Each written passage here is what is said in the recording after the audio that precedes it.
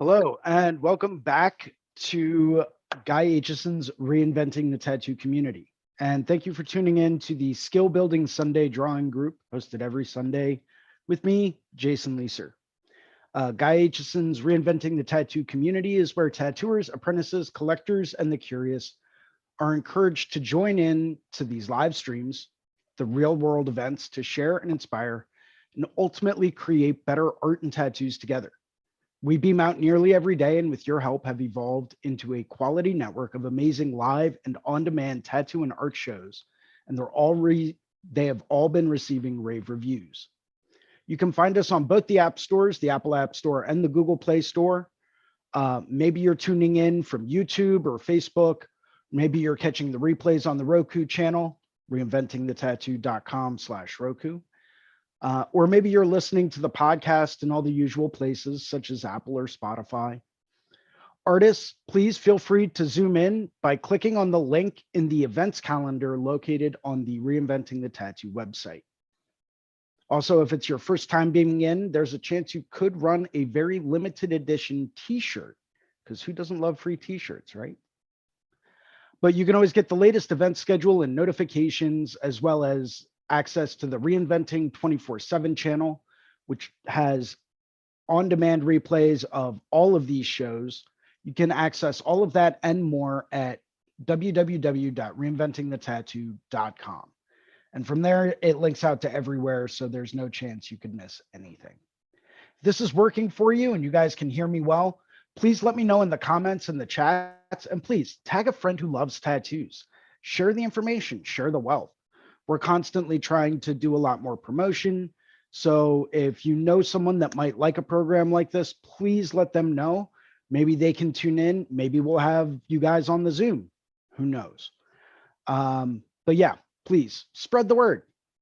We have a number of weekly staple shows we always encourage people to tune into, starting on Sundays at 1 p.m. with me, Jason Leeser. This is followed on Mondays at 11 a.m. with the Tattoo Weekly Show, hosted by Lauren Gregory, Gabe Ripley, and Jake Meeks of the Fireside Tattoo Network. That's followed on Mondays at 9 p.m. with a subscriber exclusive drawing group with Guy Aitchison himself, where he walks us through different sections of the Reinventing the Tattoo canon. If you are a member of Reinventing the Tattoo, if you are a subscriber and you have access to the canon, feel free to join into these live Monday evening sessions. They come with the purchase of the Reinventing the Tattoo canon. And I know personally that they have made a marked difference in the quality of artwork that I'm putting out. This is all followed on Tuesday mornings at 10 a.m. with Ricardo Sertivant, a very good friend of mine, extremely talented artist and one hell of a tattooer. We go through and we discuss life and philosophy and art and technique and materials and stuff like that. That's followed on Wednesdays at noon with the Tattoo Now show hosted by Gabe Ripley. And that's followed on Thursdays at 6 p.m. with the Tattoo Collecting podcast hosted by Fawn Baker and Jordan Ruckus.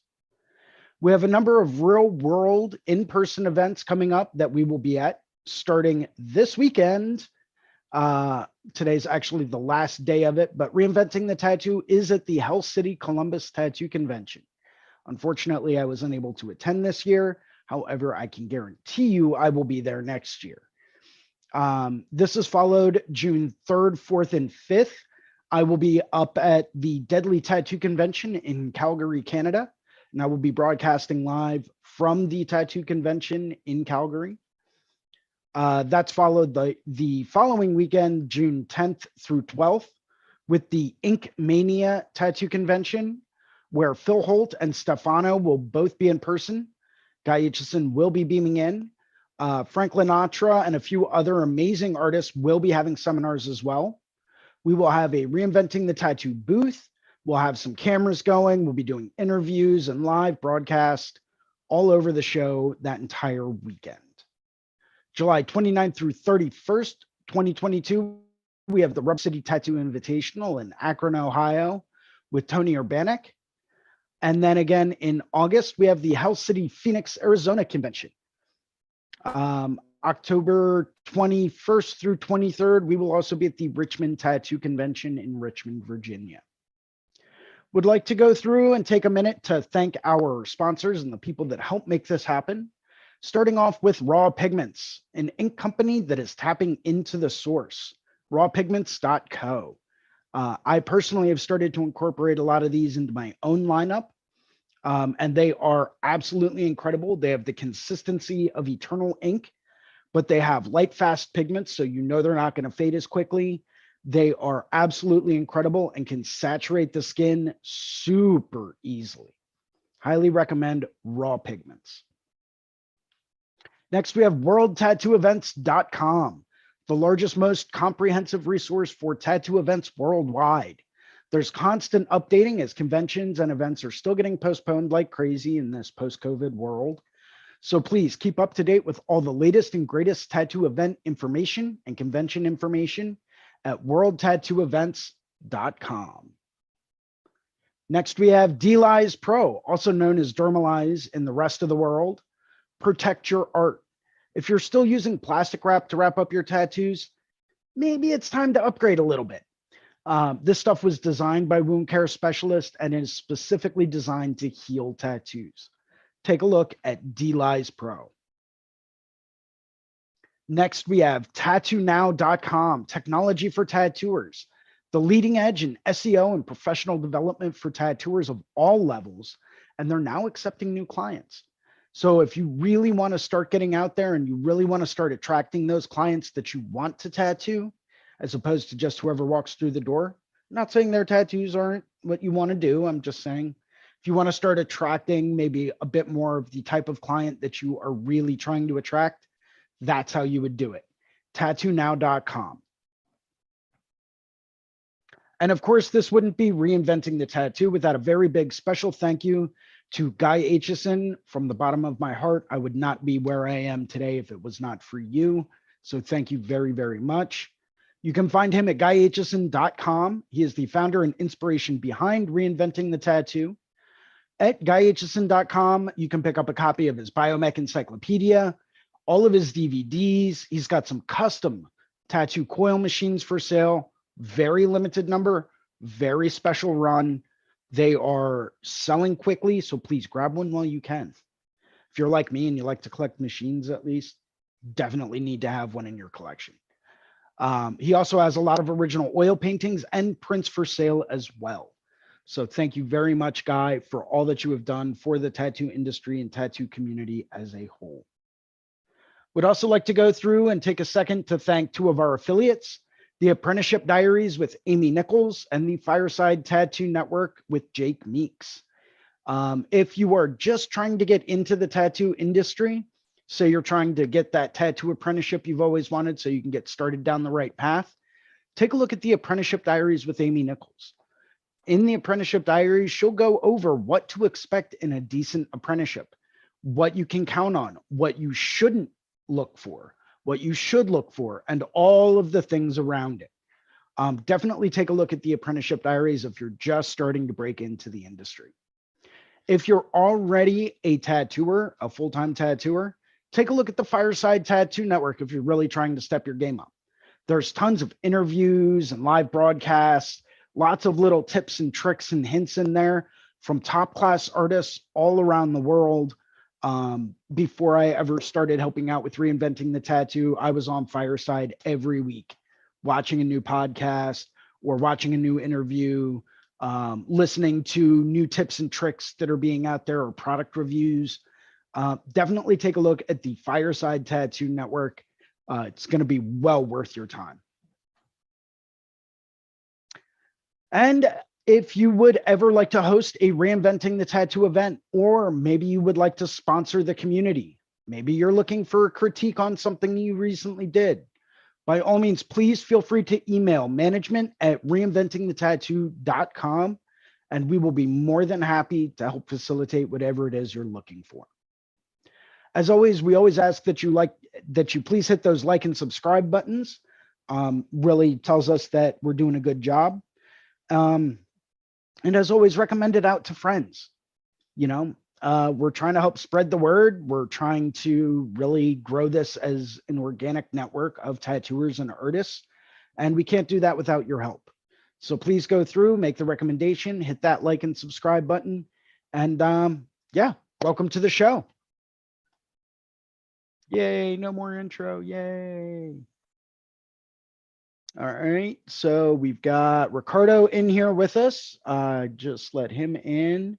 And we've got Seth in here with us. Those guys should be active in just a minute. Hey, Kyle, welcome, welcome. Kyle just made a comment in the YouTube.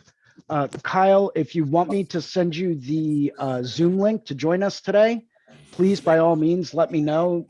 Just tell me where to send the link, and I'll be happy to.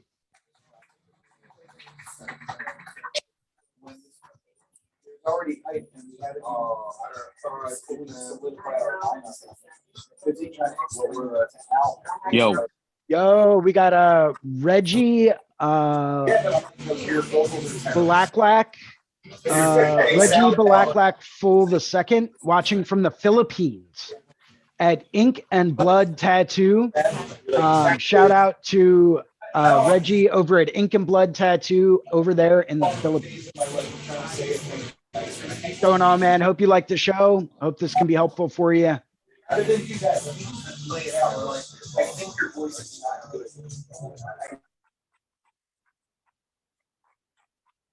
going on, guys? Oh, Kyle, How's that's it going? dope. What's up, Jason? What's up, Ricardo? What's up, man? How's it going? It's going well. Ricardinho. What's up, guys? They really don't. What's up, homie? Not too much. Drawing on a canvas right now. Nice. Isn't Yeah, that called painting? Well, yeah, I'm going to paint. Right now I'm sketching this picture on it. I'll show you guys in a second once I get it a little bit closer to done. There's so much going on.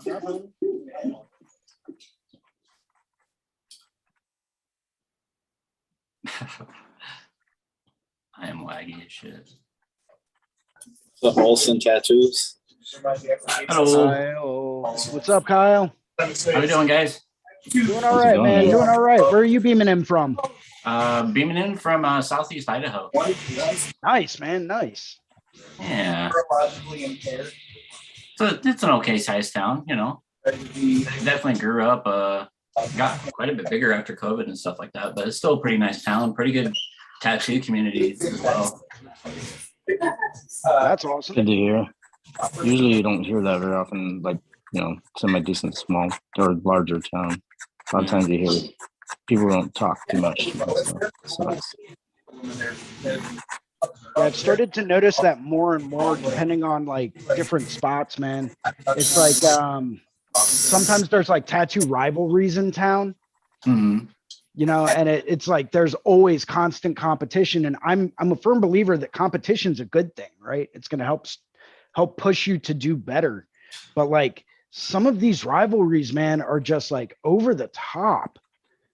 Like they're insane with just like, oh, well, we can't host an event and invite those guys because, you know, so and so said such and such about whatever, and it's like, dude, get over it. We're all tattooers, man. We all do the same thing. So you got butthurt about something, deal with it. So the guy I worked with down in Delaware, Terry Manning, is such a nice guy. He would put cards for other shops in the area out on his table. Oh, great idea. And promote them as well, man. And every year he would throw this like barbecue, and everybody from all of the shops would come there, and it just, there's no ego, you know what I mean? It's all about this community, not ego. Yeah, it's just like any other community out there in the world, man. You're not going to get along with everyone. That is not going to happen. It is almost an impossibility. You're going to have disagreements with certain people, and it's not saying that you can't respectfully disagree. You know, you obviously don't be a dick about it, but you know, you're going to have disagreements. That's fine. It's a matter of acknowledging that disagreement and acknowledging the fact that, okay, you have a different opinion than I do, and that's okay. You know, and I think a lot of people lose sight of the fact that it in fact is okay to have a different opinion than someone else. Well, it's great What when are you you're sure about that? able to work with different opinions, because you can learn a lot from the different opinions and stuff like that. You don't deal with, what do they say, the echo chamber of certain things. Right. You know, once you're able to mull over new ideas in your head and stuff like that, like how fruitful that stuff can be. Oh, absolutely. I always tell people if they have a different opinion than I do, you know, tell me why you have that opinion. Explain it to me. Yeah. You know, have it make sense to me. And who knows, maybe you'll change my mind about something. You know, I'm not afraid to change my mind in any way. You know, I'm just looking for those arguments and that educated response behind it in order to go through and say, okay, yeah, I'll change my mind 100%. That makes a lot of sense. I'm going to agree with that moving forward. You know, it's all about whether or not people are going to present that argument in an educated fashion. Living in ego-driven, it's an ego-driven industry, right? Like, I mean, there's more often than not, I think that gets in the way of people actually learning. You know, trying to, we talked about this numerous times in the past, being able to put that in check and, you know, have conversations with people, whether you agree with them or not, no matter, you know, whether they're experienced or not experienced. I mean, if somebody's into talking about tattoos with me, I'm down, you know, and you never know, you know, art in general. You never know what you're going to learn from what facet of art and from whom. You know, you start closing yourself off like, you know, screw that guy, forget her. I heard that she was whatever. I heard that he acted this way. You know, most of the people that I've ever met in the industry that were heavy hitters have been nothing but nice to me. You know, so. Oh, absolutely, man. And that's because they have no need to have that kind of an ego. They know what they're doing is good, and that's fine. And if people don't like it, they don't have to like it.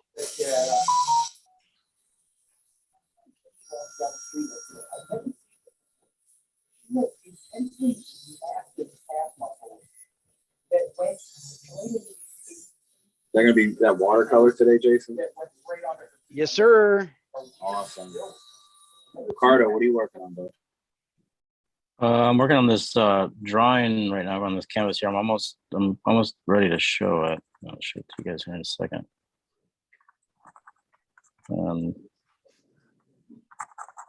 We're on a furry friend.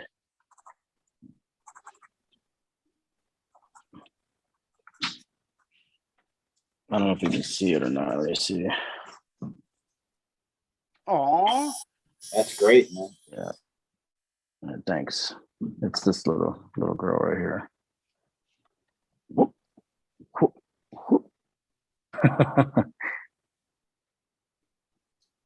It should be fun. Her name is Cubby. Aw. How cute. German Shepherd. She's hilarious. A lot of people are scared of her, but she's a teddy bear.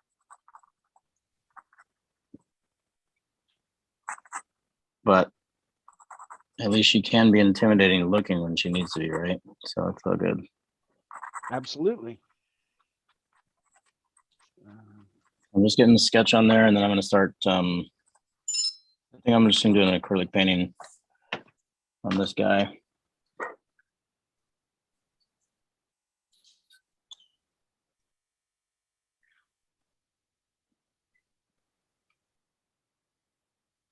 Cool. Jason, did you get that text? Yeah. I just sent Ananda the link, and I sent Renee the link earlier. Okay. So she's got it. But Killer. and we might have Lauren and Gabe beaming out from live from Hell City. Ooh. So that might be fun. No, Bruno's out there too, and it looked like Kyle was getting tattooed as well.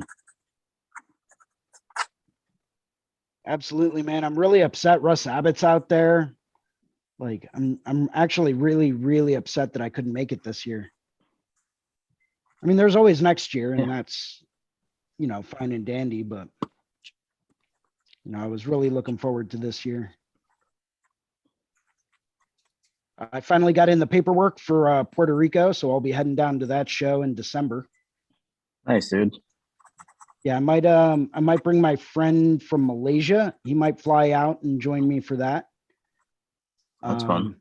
And then do a short little tour of the US for a holiday vacation. So it should be a pretty awesome time. Yeah, right now on the lineup, they have James and Anthony Tex, Toxic from Texas, and then a couple other really well-known people too. Just there are so many well-known artists that work at that show. It's kind of hard to keep track after a while.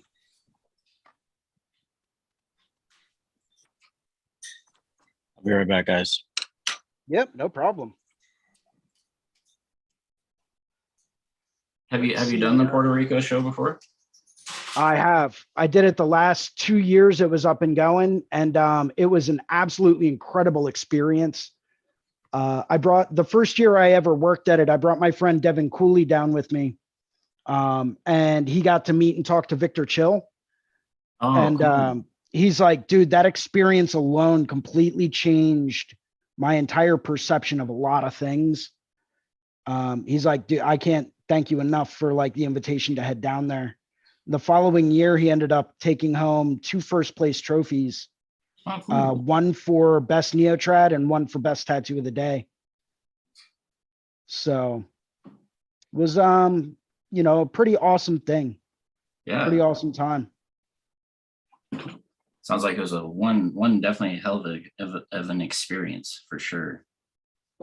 It's great, but it's not one of those shows that you go to work at, to really make a ton of money. It's more or less like, how can I say this? It's almost like a tattoo artist retreat in a sense, because you go down there, they don't really have the biggest population density. They don't, that maybe they're not into some of the stuff that you're trying to do, but it's still a great time to get together and network with other artists and go through and be able to pick their brains, and watch them work live, but if you're someone like me and, I don't have the biggest following in the world, and that's fine. But I always try to work at that show just for the experience. Well, and the fact that it's right around my birthday. So I kind of chalk it up to a little birthday vacation for myself every year. So I can't lie about that, but it's a great time to go down and meet some of these incredible illustrative artists, guys that are really pushing the limits of what can be done, how it can be done, and, what you can do in order to really create these beautiful illustrative tattoos. Well, yeah, like with the smaller shows, just to be able to have the time to talk with other artists and stuff like that is extremely beneficial.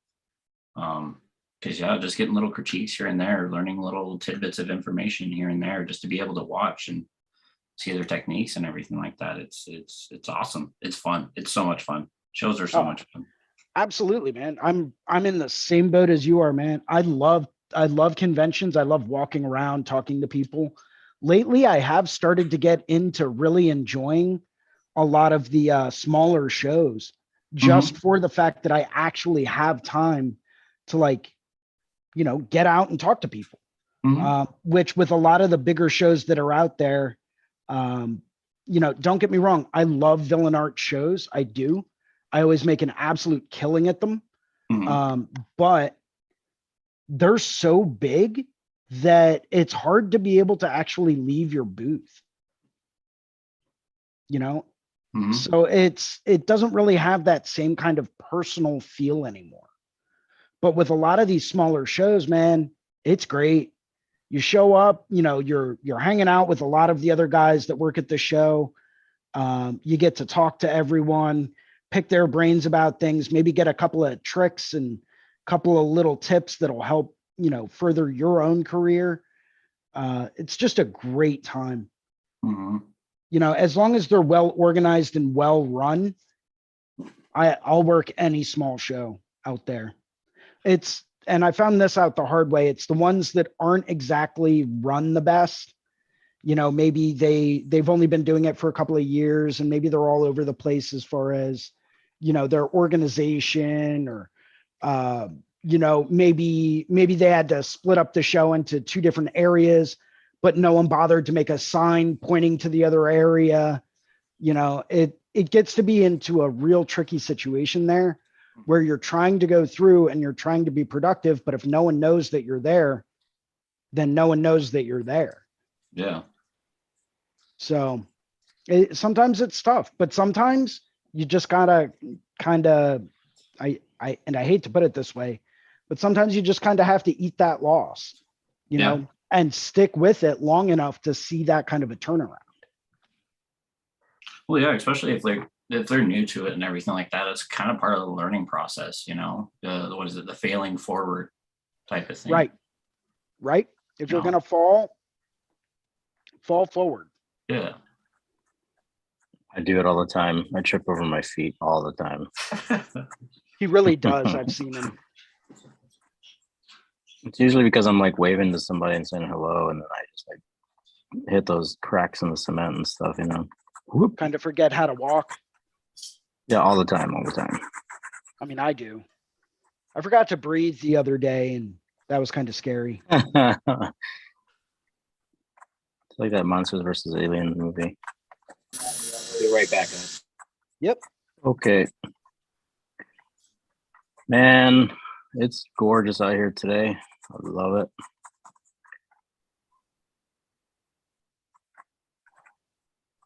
You gonna go out and experience it a little bit at all? Yeah, for sure, man. I've already been out this morning. I ran 4 miles this morning. Yeah, thank you. It was a good day. Still got another exercise to do later today, so I'll go outside and take the dog for a walk. Ooh. Chill out. Might be picking a truck up today, at some point in time too, so that'll be fun as well. Nice, dude. Yeah, I'm going to be working on this commission for a couple hours today. I got commissioned by another local studio owner to make a painting for the new studio that he just opened up. Fun, dude. Yeah, it's a guy by the name of Tim Pagburn. He owns and runs a studio called Art Machine in Philadelphia. Great place, awesome studio, kick-ass artists. And he just opened one up not too far away from where my studio is. So, and we're friends and we talk, and I was asking him, I was like, well, what kind of decor do you have on the walls? Like, what's your theme? And he's like, dude, these walls are looking a little bare. You got anything laying around? And I'm like, well, not really, but I can always paint you something. He's like, cool. We've got kind of like a 1980s flash aesthetic going on. Maybe like vintage flash or anything like that kind of themed. And I was like, all right, I've got an idea for you. He's like, or anything religious. We've got like a kind of religious theme going on too. And I was like, okay, perfect. It's enough for me to work with. Let me see what I come up with. And I sent him the draft of it. And he's like, dude, that's perfect. It's going to have like a very vintage, like, 1900, early 1900s kind of religious illustration kind of look to it. I'm like, good, because that's exactly what I was going for. If he had said anything else, I would have been like, damn, didn't hit the mark.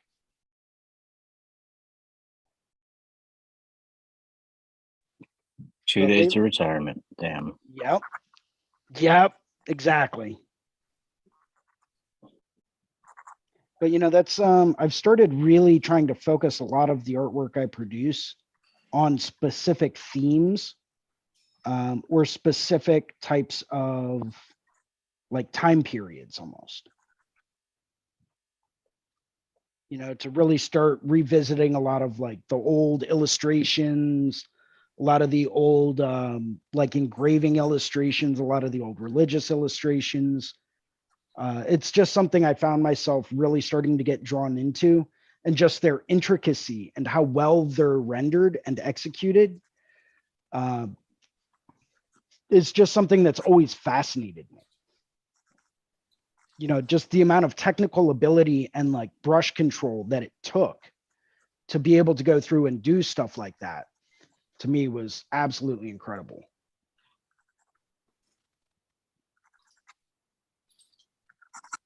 But I'm also starting to realize how tricky it is to try to keep track of everything.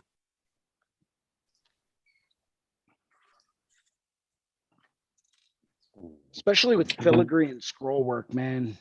It is not easy. I was just trying to get the flow and fit of everything 100% with that stuff can be very, very, very tedious. Absolutely. But that all comes down to practice, it's how often are you doing it? If you're drawing it all the time, it's gonna show. And I spent quite a bit of time just going through and studying like old engravers scroll work and acanthus leaves and filigree designs, and trying to like break things down and understand the different elements behind it, so that if I did have to go through and draw it, it's like, oh, okay, yeah, I got that. But you can also see their influence in tons of other stuff out there. So it's like, oh, well, the homework I did really started to pay off. I grabbed a couple of, we talked a few weeks ago about talking about good reference books and things that are kind of outside of the box. So I grabbed a few of those. When I take a break later, I'll share them with you guys. Killer, man. Awesome, dude. Always looking for new reference books. I actually just purchased a new one the other day from Danielle's Bauti over in Italy, I believe. He's got one called Women in Nature, and it is like Art Nouveau to a T. Nice. It's his artwork is incredible to begin with. I own several of his prints that, I bought him when I was in London a few years back at the London show, not really knowing who he was. And I completely forgot the artist that made the prints. And I remember looking through this guy's work on Instagram, and it's like, wait a second, I own that. I have one of those. This is the guy that made those. I've been looking for this guy for years. So it was like this like awakening where it was like, yeah, this is the guy I need to. Oh, he's got a book out. Let me pick up that book.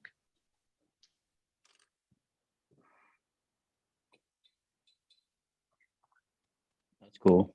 Yeah, trying to render filigree though in 3D is not easy. Starting to really realize that now. You guys follow non-tattooers that are just artists, right? Like everybody. Yeah.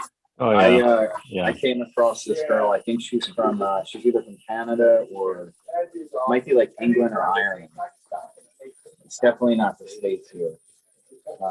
Her name is Shannon Ross, and she works with colored pencils, and she does these portraits of hockey players that are insane. Like 60 Shannon Ross, like 60 hours per thing. I mean, it's the color blends, the attention to detail, how she goes about achieving the detail. Like sometimes understanding that it has to be implied rather than drawn out. It's fantastic. It looks like like Steve Butcher style NBA tattoos, but done with colored pencil on paper. They're in fuego, every single one. And then we got a comment from James Wisdom. Chi-Town, say hey. Wow. Oh, hello. What up? What's up with them hot dogs?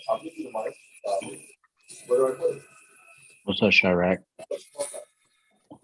Well, he was like, all right, tell me where to put the money and I'll do it. I'll stop it right now.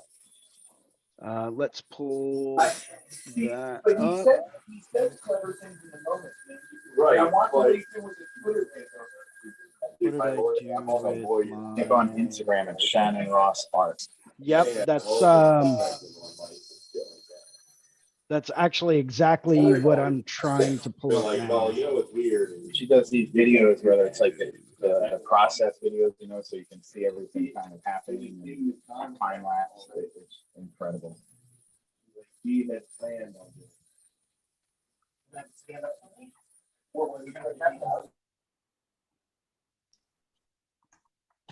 Shannon.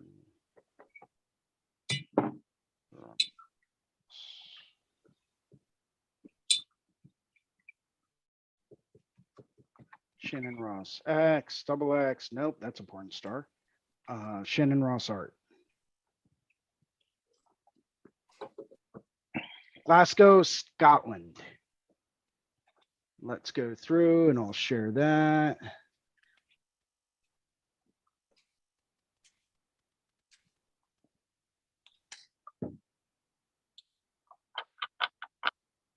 And share. So this is Shannon Ross from Scotland. Colored pencil, self-taught pencil portrait artist. Whoa. Sure.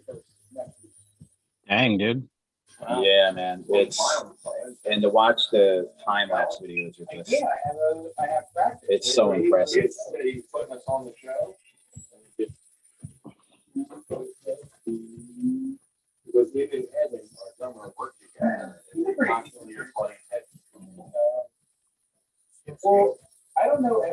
Look at that detail. She even got the texture of the nylon in the jersey. Yeah, it's absurd. So good. But like, it's nice when you see like if somebody who does like I enjoy doing portraits sometimes, right? So like with colored pencils in particular, you know, I feel like the closer you look at them, sometimes it's already broken down for you. You can see the color separation, the blends, the efficiency of line and the strokes and everything. And it makes sense, you know, to see that stuff like that. Sidney Crosby one in black and white is just ridiculous. There you go. Yeah, this is great. I didn't know super well when I saw it. Yep, just blocking things in. Yep. Little by little. So rad.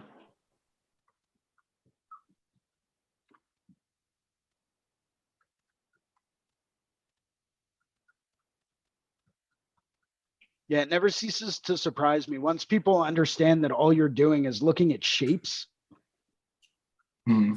you know, and shapes of colors and shapes of light and shadow, it really becomes very simplistic and very easy to do. Yeah, sure.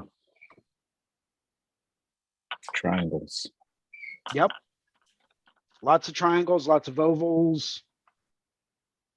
No ovals, just triangles. Well, I say oval, and Ricardo, all you think is like, yeah, there's like 18 triangles in an oval. I mean, it's true. Makes me wonder what kind of surface she's working on, though. Is that illustration Vellum. board? I think it's vellum. Vellum. I think it's vellum or Bristol. It's got to be one of the two, right? Well, I know that Definitely Bristol a board has multimedia. yeah, there's Bristol vellum, Yeah, and then which there's is just like Bristol board with a multimedia vellum stuff you can use coating. too. Yeah. I was going to say, because real vellum is pretty transparent.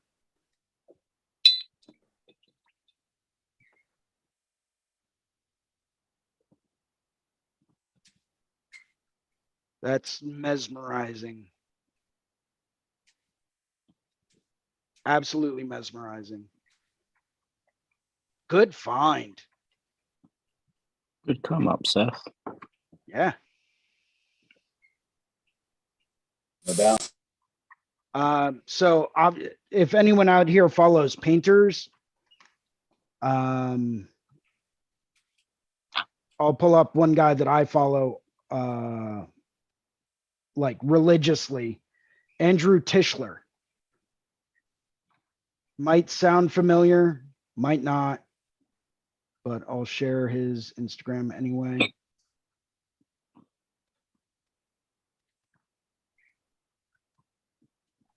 So this is, he's based out of New Zealand. He does do commission work. And I mean, you want to talk about a master oil painter? That's what this guy is. Dang, look at that. Oh, okay. Have you That's ever the tried to setup. paint an egg? That's ridiculous. That's so good. Is he painting on wood? Or is that a wood panel that I just saw? It looks like it, like a canvas panel. Okay. It looks like he's doing a lot of scumbling there. Yeah. Yeah, he doesn't do a whole lot of glazing. A lot of it's wet on wet. Wet on wet. Yeah. Yeah, that's great. Yeah, there's a lot of atmosphere in that piece, man. Yeah, and it was he's pretty interesting to see him do the setup too. You know what I mean? Yeah, he's most well known for a lot of his landscape stuff. Mm-hmm. Like especially his portrayal of water. Yeah, it's already awesome. Yeah, boy. So good. You know, and then he'll go in with a bit of white, pure white at the end, and just really bring that stuff out. Yeah. And like that looks so much like water. It looks like you're looking at a photograph. Pretty cool.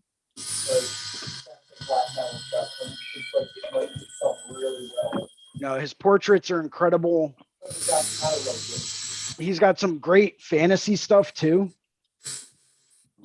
What's that piece that he's working on right there in the middle, a little higher up? This one? No. This one. Right there. Yeah.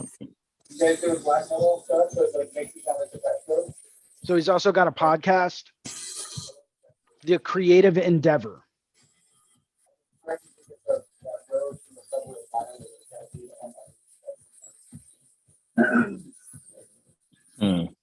With Christopher Remmers. Yeah, I like it. Good album. Awesome. I saw it right before the pandemic. Yeah, I don't know. Well, that looks like Yeah, just they probably just put that on. As a, I always find this awesome when an artist goes through and shows you, or maybe it's just a cover picture, but like the overlay with the golden ratio and the golden spiral. Ricardo, a lot of stuff that we were talking about a year ago, and how well, it's just, you can lay out different things based on that. Mm-hmm. You know, I always find composition. It's one approach to composition, right? Absolutely. And like pulling the viewer's eye into the image to make it that much more impacting.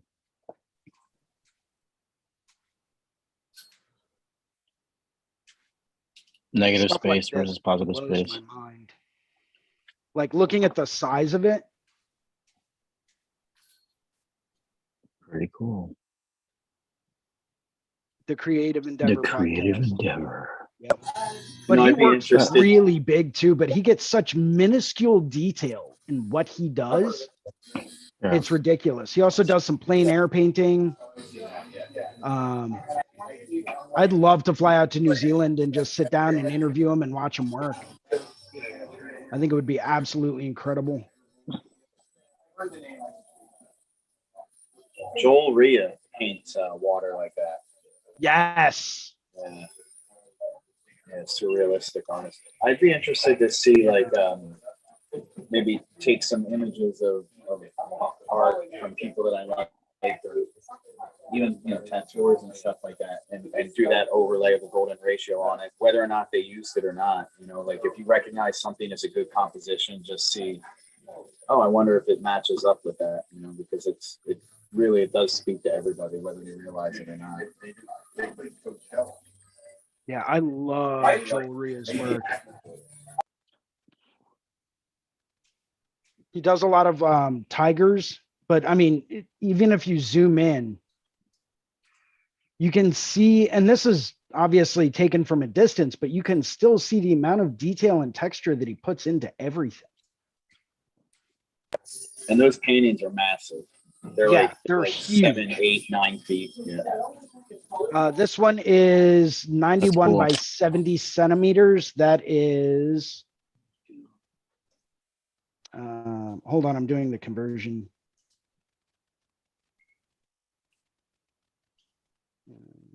That is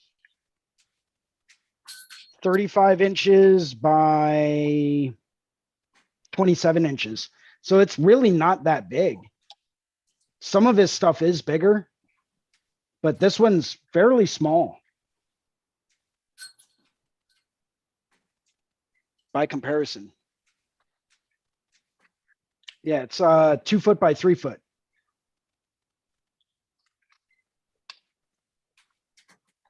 But you're right. Some of the ones he does I like to are play on- absolutely massive. I really like the play on proportions. You know what I mean? The play on proportions, like that one with the dog at the beach. Yeah. Yep. Like that's cool. Yeah, that one's rad. And the one where they're where it's like, I think is it an elephant or something coming down? It looks like a street, like in New York City or something like that. Yeah, yeah. People running everywhere. It's very surreal. Look at that Yeah, tiger for in the sure. middle of on the corner. Right there. That's cool. Tiger on the street corner. Yeah. That's neat. That one looks pretty big. I That one's- love his use of light in this too. Yeah, that's really cool. Yeah. Very The cast powerful. shadows, how it's pure white all the way up at the top to the point that you really look like that sun is coming straight down and creating all those nice shadow tones. That lens flare. Yeah. Yep. It really pulls your eye up towards the inner angle, that angle of the corner, the street corner too. Well, yeah, It's I mean, pretty cool look how at, like you start from the bottom left and you start to move up, but you want to stop right there in the middle of it. And then you Right. can look up a little bit more. Yeah. yeah, Pretty absolutely, neat. man. I love his play on like landscape and how he'll take things like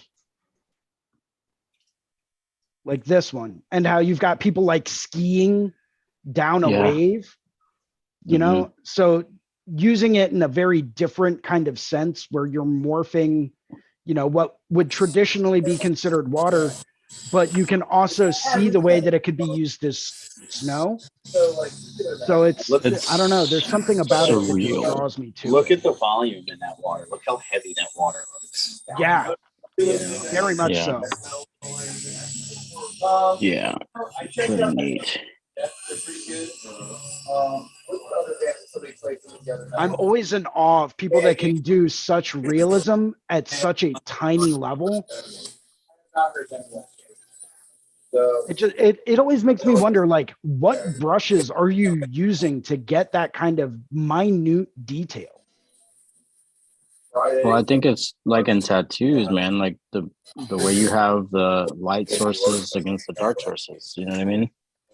And it's just about the application, like that stroke, like applying the pressure of the paintbrush to the canvas sometimes. That's true. But- Very true. But you have that contrast there. So that contrast is there already, though.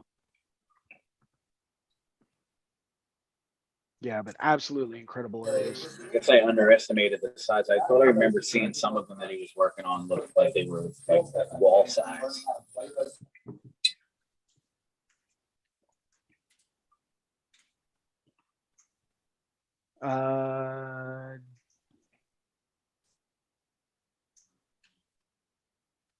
So James Wisdom just made a comment in the YouTube saying, I just picked up a reference book from Dr. Jinxie's Ooze books, Diablico 2, Exploring the Realm of the Dark Arts.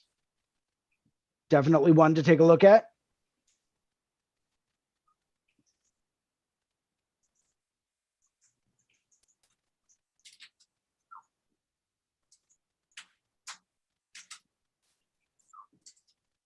Awesome.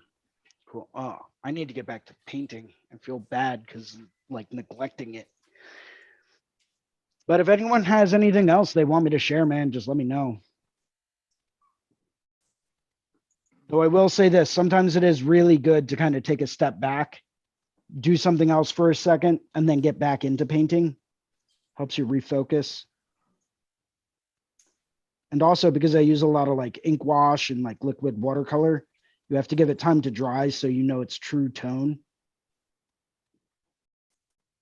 Just like in tattooing, you want to give your gray washes time to calm down so that you can really see what tones are being used. You know, maybe you need to go a shade darker or a shade lighter, but you won't know until the skin calms down.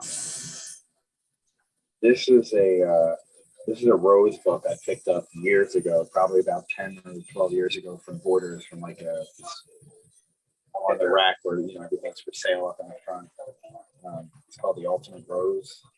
The Ultimate Rose? The Ultimate Ooh, Rose that by one the looks American nice. Rose Society. It's not an overly big book, but what makes it interesting, and I'll show you here on the inside, they do photographs of the roses like this, like a flat background. Oh, isolated roses. Some arrangements, yeah, they do some arrangements and then they isolate them again. And I've used some of these isolated roses for countless things. This book is a lot of tattoos out there have come from this book for sure. So definitely one worth having.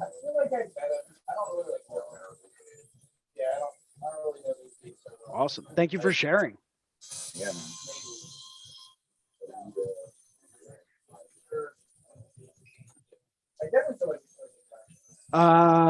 Ali Priska says, hey guys, listening in today. Great suggestions. Hey, Ali.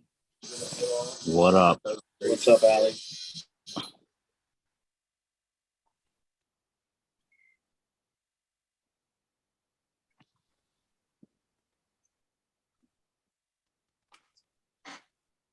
Have you guys ever checked out Casey's Baugh's work? Yes. No, I have not. No, I don't think I've heard of him or them. He does oil and a lot of charcoal, a lot of portraits and stuff like that. Oh, let's check it out. I like charcoals. I like oils. Casey was first brought to my attention by Jake Meeks. Yeah. I remember way back when we first started doing these live shows, Jake Meeks would host a few of them, and more than once he would bring up Casey's work. Oh, I think I remember that. Those are the polar bears and stuff, right? Let's check it out. Cell phones here. I think a lot of us were still in quarantine at that time. Yeah. Let me go ahead and share their work. It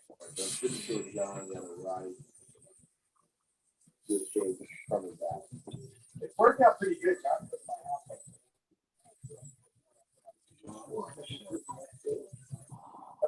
I just love how like seen his it's work gritty before, it that gets, stuff but then like the beauty in it as well. Oh yeah, cool. That's awesome. Like that impression of the fan or something. That's pretty cool. Light source is awesome. Oh yeah, he was the one doing the Very light much sources, so. right? Yeah, Yep. rad.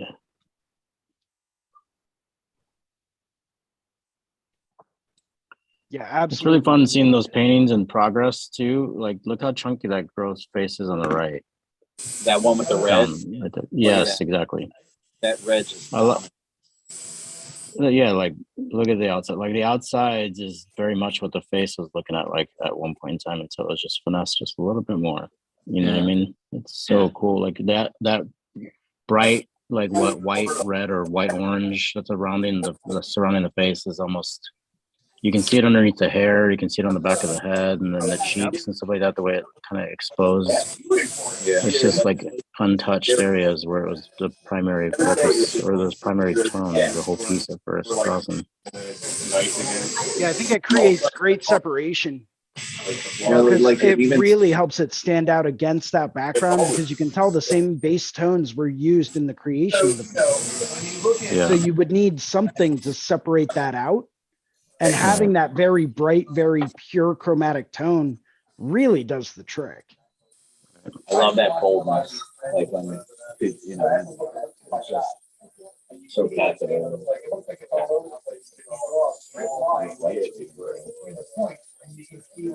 Yeah, his gold paintings are absolutely stellar. Yeah, it's killer. Looks tactile, doesn't it? Yeah, Yeah. looks like you could reach out and touch it for sure.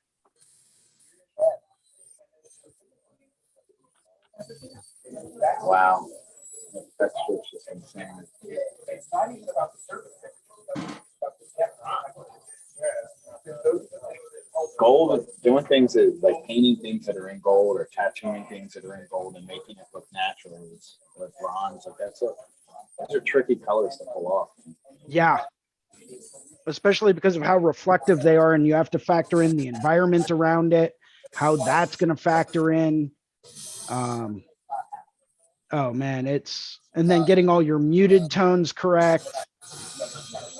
It's not easy. But absolutely, man, love Casey Ball's work. Very expressive, very emotional. I like the street paintings, man. The ones with the lights out of focus, everything looks wet. Just blobs of color. It's amazing. Yeah, that's awesome.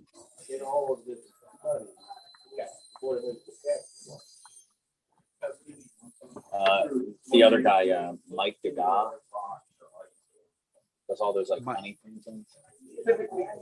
Mike Degas. I think that's You might have to spell that last name for me.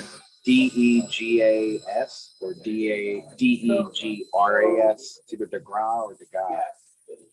It kind of looks like Jason Momoa. It's funny. His paintings are amazing because he's like women covered in honey, or like that skull, that gold skull you had pulled up earlier. He did one of those, and very similar, like realistic value. You could feel the temperature on it. It's great.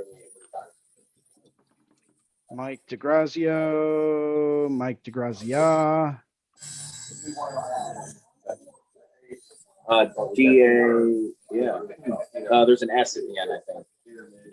Degras. Yeah.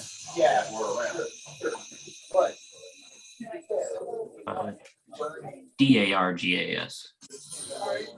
A Oh, he knows what I'm talking about. Dargus, is that it? Yeah. There it is. Dargus. There we go. Yeah, that's the guy. Oh wow. Yeah, I've seen these. Those are killer. Yeah. Yeah. It's absolutely. It's like really viscous, isn't it? Yeah, the girls that are in gold, like that's. Yeah. What an excellent study on form too. You know, the way things just like contour to the shape. Yeah, it's hopefully killer. YouTube doesn't ban us for showing this, but Man, whatever. Yeah, that's. The use of space, man. Like, Yeah. Yeah, it's Yeah, like super great. The Looks great. temperature of the feet, like that gold or that bronze, how it changes from where the light's hitting it to where it's in shadow. Zoom in on the toes that he's working on. Yeah, there you go. Let's see this process. Look at that. It's a sketchy sketch first. right, a lot of burnt umbers. Yeah, see, it's like a wash. It's like a watercolor painting first. You wet the surface. No, that's great, man. Yeah, starting out with very, very thin layers to kind of block in basic tones and then building from there. That way you've got your basic form down, your basic undertones.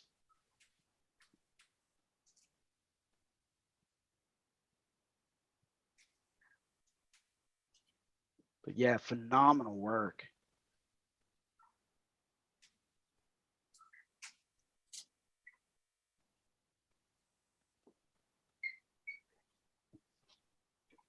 Good find. Oh, nice. Well, If I'm here, I'm gonna pull up this guy, Daniel's Bouty, and just kind of plug him real quick.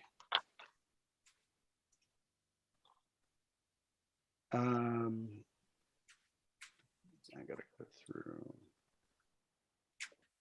share screen. There we go. So this is the guy I was talking about. He is a tattoo artist as well. This is the book I just picked up. It's called Women in Nature. Very Art Nouveau, Yeah. very design oriented. Oh, that L one's rad. Who's this one? Yeah, very limited color palettes. Oh yeah. Yeah, it's cool. I love the I way he like went from it. like that muted yellow straight into the bright yellow. Yeah. Really bold, isn't it? Very high contrast, very, very bold. Uh-huh. Well, black and yellow is one of the most striking contrasts that you can use. So it stands to reason why this is so like in your face bold. Yeah. Not a whole lot of midtone in there, just a lot of very in your face, dark black, and then very bright yellow. Well, it's the line work. It's the illustration itself that's like, you know, if you take away the minimal color that he is using, just the line work by itself is already a complete image. You know what I mean? Right. Like you can see how it's all the color is doing is just complementing it. The minimal amount of color that he's using is just complementing it. So like the illustration itself is already just finished. It's finished. That's a very good And then you just- observation.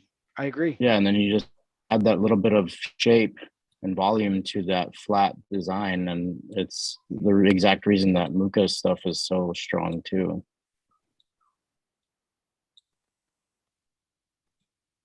Yeah. Very nice, and it's a controlled approach too. You know what I mean? It's like very well thought out. Yeah, you have to have planning when it comes down to something like that. I would say yes to a certain point for sure. Yeah. Or at least a good understanding of shapes, Yeah. complementary shapes. Like it's all intersecting angles as well. Mhm. Intersecting angles, intersecting lines. Yeah. Really drawing your eye to a very specific point. And you can see that in a lot of his work. Like this is one of a perfect example. Look at the slope of the hair, right? Yeah. Then you've got the shape of this ornament coming off the side, It coming follows up the and perimeter of the around. face. Yep. Coming all the way around. And then the So flower it- echoes the face down at the bottom. Absolutely. And You then know, the hair so crosses the over. composition alone to me is just, that's what I think I'm most drawn to. Hmm. And then there's a play on like line weight as well. Thicker Yeah. and thinner. Very much so. I mean, you But can see the that cool even up part, here. the cool part is like somebody could have gone in and just like plowed color straight in there. But like you can see how the negative tone kind of like the negative space, I'm sorry, also plays a complement to like the shape and stuff as well. Like the in the crown, you can see that negative line work against the negative space against the two yellows that are the same color. It's the same tone, Right. and then that angle, yeah, exactly right there. And then look at the way it is highlighted on her cheek Yeah. and her lip. It's all still intersecting angles and stuff too, so it's pretty cool. Very well done, sir. Yeah. So I just picked Nice up this guy's play. book. Whenever I get it in, I'll probably be showing it off, but Can you go down to that snake real quick? Yeah, look at that strong influence of Muka right there on that book. Is that the book right there? yeah, in his this hand? is a quick little video of the book. Yeah, it looks like straight Muka stuff. Look at that. It's incredible. Odd dimensions, but I mean, it works. He does a I lot like of it. very, very I like tall, it. but very thin stuff. Yeah. That's so fun. Oh my god. Yeah, that's like straight Muka, man. Look at that. Yep. Incredible. The thing that's different though is his tonal values. Like they're very different from like Muka's using a lot of cools and stuff like that, with some accentuating like warm tones and stuff like that. There's a lot more like muted values and stuff, and So a lot more warm tones next to it. Yeah, I can see that for sure. Yeah, Definitely you can see all the prefers a warmer reds and color stuff. palette. Yeah, you can just see it, like especially when he's skimming through it right there, you can see how much that's influenced in his pink paintings. Like it's all reds. Reds, yellows, and oranges. You know, like watch it flip through again. Oop, there it is. Yep, that's nice, dude. And those tattoos will look like that for like forever. Look at that. Exactly. It's so bold. Where was that snake? Down just a little bit further, I think in the middle somewhere. Keep going. A little bit more. I feel it coming. There it is. It's almost there. It was a black there, right there. Yep. Yeah. That's awesome. You start to see a lot of that same very heavy black usage Mhm. with a lot of different things in this day and age. You start to see a lot of why isn't that cutting over? Oh well. Like I said, you desaturate that image, man, and it's a complete line drawing. Yeah, I would agree. You know, it's perfect as is. Like it can just be black and white line drawing and be like, okay, there's your tattoo. Like, cool, that works. I would red wall. I love when a Nice. tattoo before it gets shaded in or colored, it already looks complete. You know? Yeah. Very strong. Yeah, that was something I remember. I remember Jeff Gogwe mentioning in one of his YouTube videos is he tries to focus a lot online, and going through and he tries to make everything a perfect line drawing first. And then he likes to go through and, you know, anything he does after that is just going to complement it. Yeah, I like it. That Jeff Gogwe is pretty good. So let's see. Bruno says, hey all. What's up, Bruno? What's shot, dude? Bruno, what's shot, dude? Bruno, hope you're enjoying Hell City, bud. Good job on that that tattoo, you're- Bruno. What's that? The tattoo that he did on Kyle. Oh, it looked great, didn't it? Yeah, that was awesome. Bruno. Mm-hmm. Bruno's very detail oriented in his work, man. And it shows through. It's awesome. Absolutely. I don't know what's going on with this today.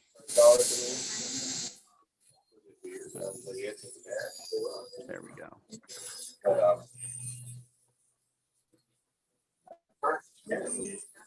I said, look, after All right, where was thinking about it overnight and looking at everyone's Instagram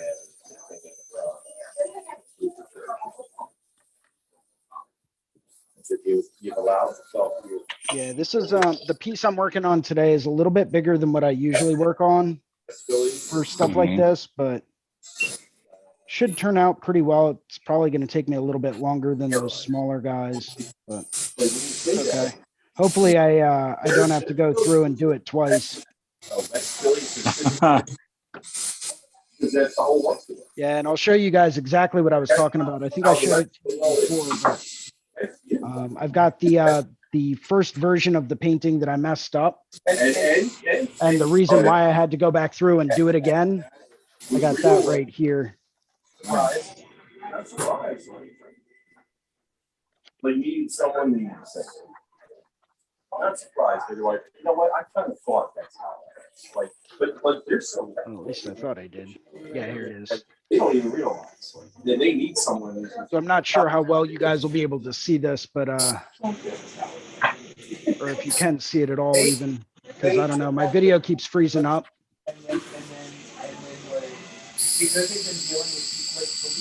I'm glad I'm not the only one. I think my video has been freezing it too, but I don't think I can see your stuff unless you can highlight it or pin it, Jason. Yeah, I'll spotlight it. There you go. Nice. That's the first one. I don't know if this is still live or not. Yeah, There you it's a are. little jittery, but see if I can move it closer to the camera. But you can see how the top is a bit foggy. And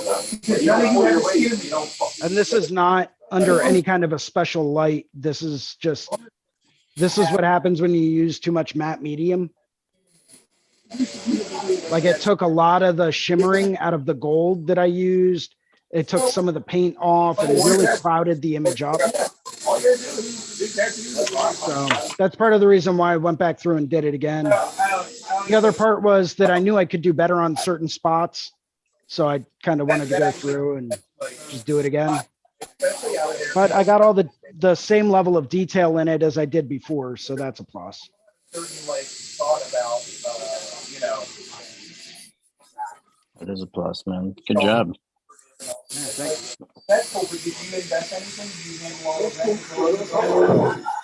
Start your own thing. Sure. Don't just join, just don't work in the shop and then think, oh, I'm gonna learn it. Yeah, start your own. Yeah, That's right. And then they all keep doing the same thing. It's just supposed to be a safe space for us.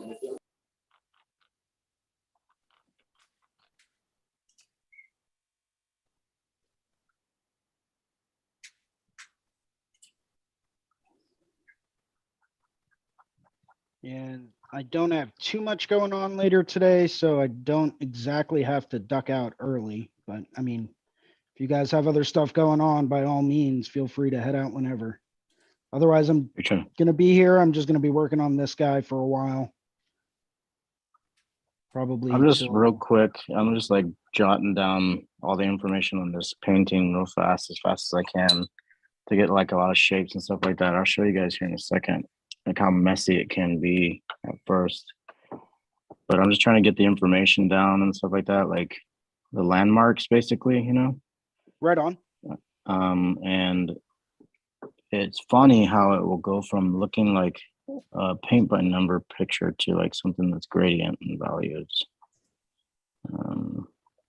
I always love seeing your process and just how like everything does look really, really awkward at first and like very just chunked in. And then as you continue to work on it, it's like you start to see this image emerge, and I don't know, it's just always something that's amazed me with the work that you do.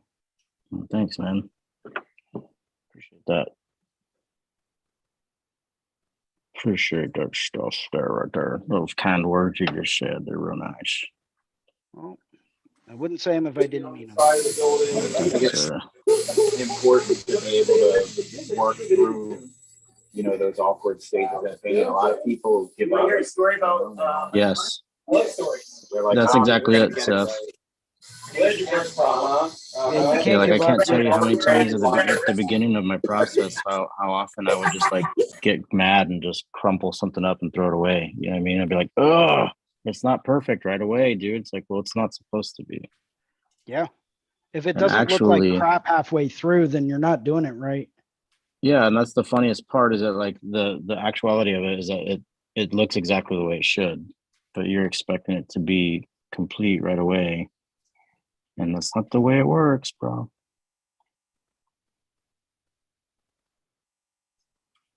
So yeah, like definitely. Oh, sorry. No, go ahead. I was just saying, yeah, you definitely need to be patient with it. Yes, be patient and like learn to love the process, right? Mm-hmm. Yeah, the process is where the magic really is. It's not like I love seeing a painting or a drawing or a tattoo completely finished, but that process part, man, you have to accept it for what it is at the moment. Because if you don't, then you're just going to keep crumbling stuff up and throwing it all away.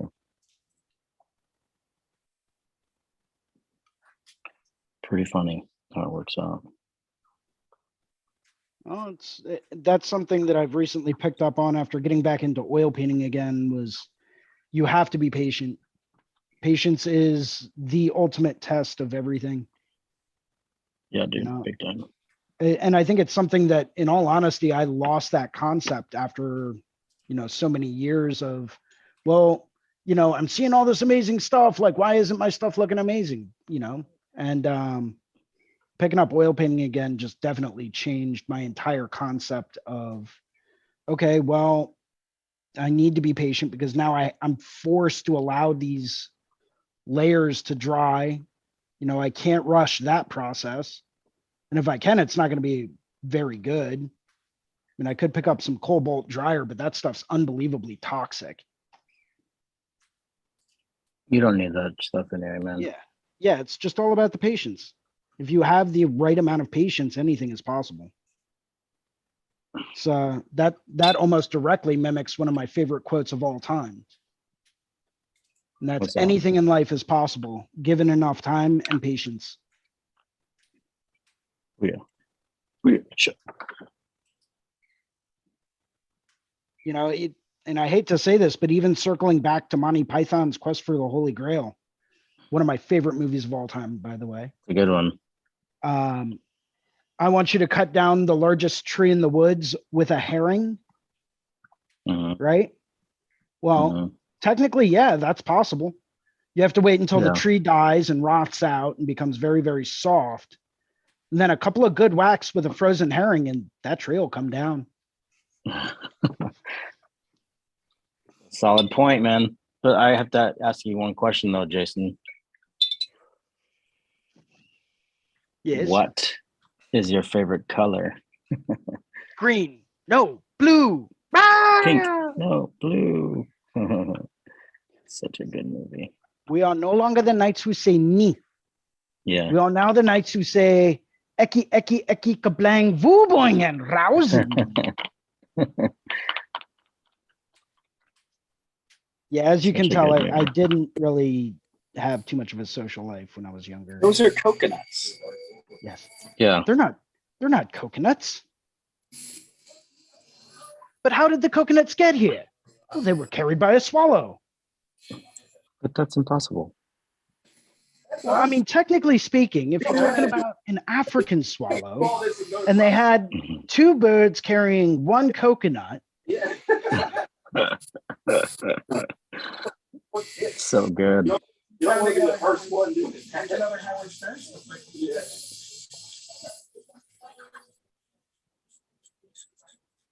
What is the airspeed velocity of an unladen swallow? African or European? I don't know. Ah! How did you come to know so much about swallows? When you're a king, you have to know these things. Yeah, one of the greatest cult classic movies of all time. It was on Netflix for a little while. Yep. That needs to be darker. That's going to get a 5 drop. So I paint these pictures just like I'm tattooing. How bad is that? Awesomely. But it helps me control my gradients and my values. Especially when like you're doing something so technical, like trying to make filigree 3-dimensional.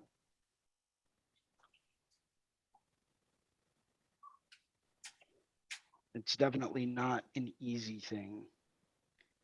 I started watching True Detective again. You guys seen that show? The first season? Which season? The first one. The best one. Good. Yeah. Yeah. The second one does not exist. No, it really doesn't, does it? No. The second one was like a very big disappointment in my eyes. Like what happened to the first one?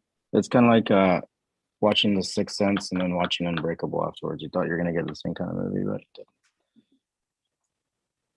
Yeah, it just Unbreakable is good in its own regard, but yeah. Yeah, there was, I think if they had tied it into the first season, I think that would have been a lot better. Yeah, right, exactly. Yeah, it just kind of went off on its own. Which I think they realized they needed to do that during the third season, which is why they started to slowly introduce it. Yeah. I'm just wondering if they're going to have like a 4th season, and if so, how that one's going to go.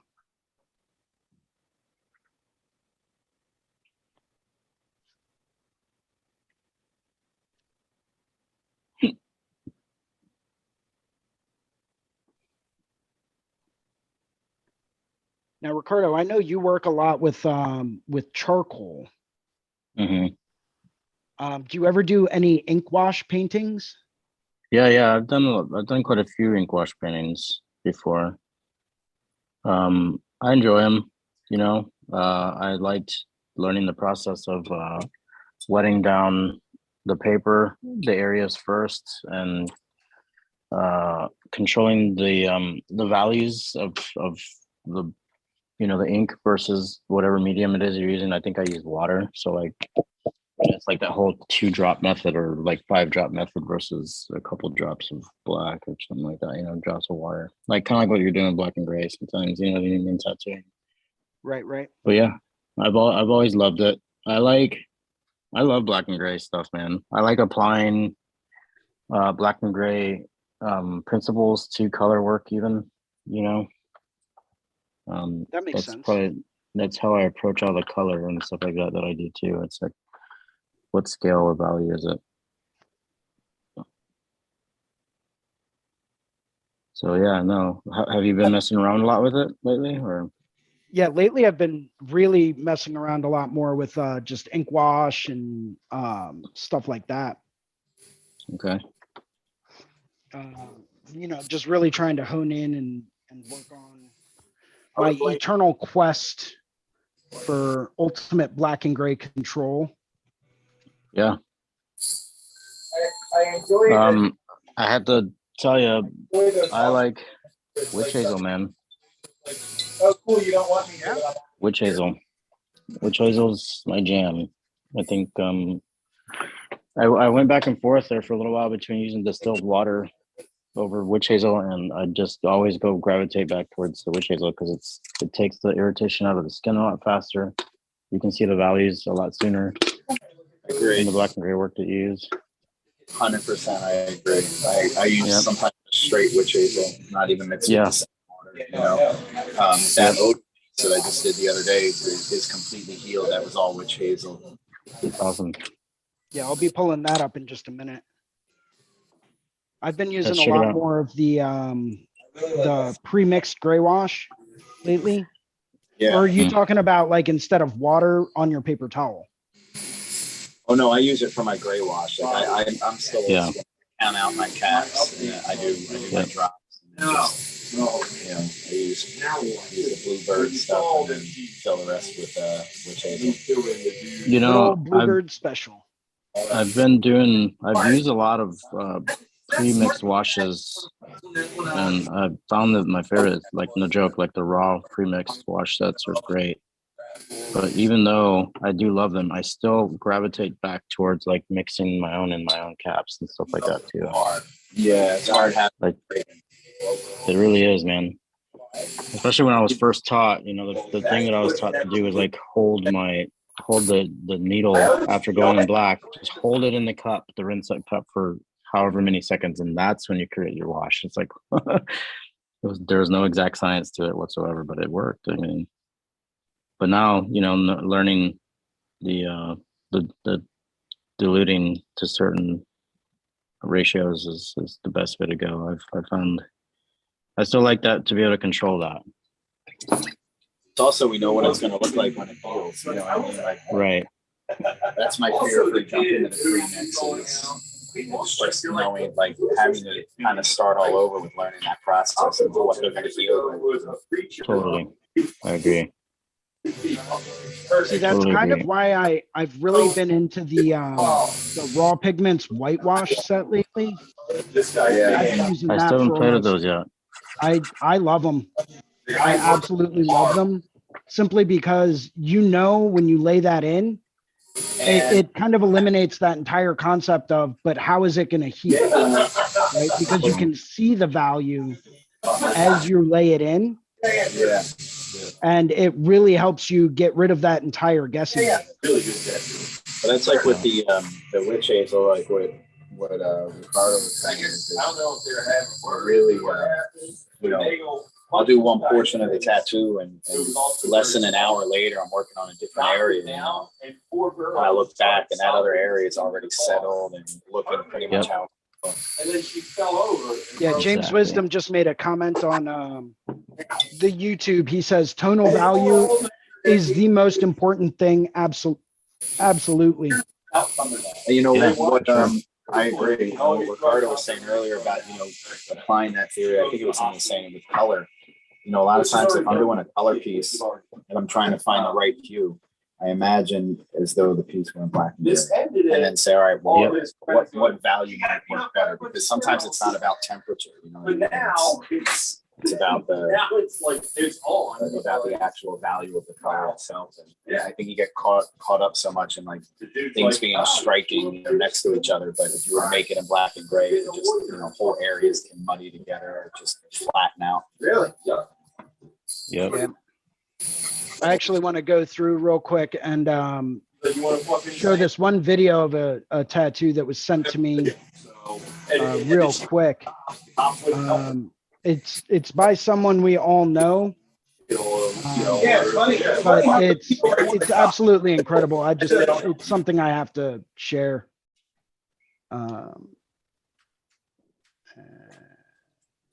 It may look familiar to you, Seth. Oh, thanks. I don't particularly love cops, but I also understand what But let's take a look at this. Oh, yeah. happens when some really bad shit happens and you don't know how to handle it. Because you would call Look at this Odin sleeve, man. Listen, the dude. I love the subtle use of blue and white in there for the certain kind of accents, those glowing accents.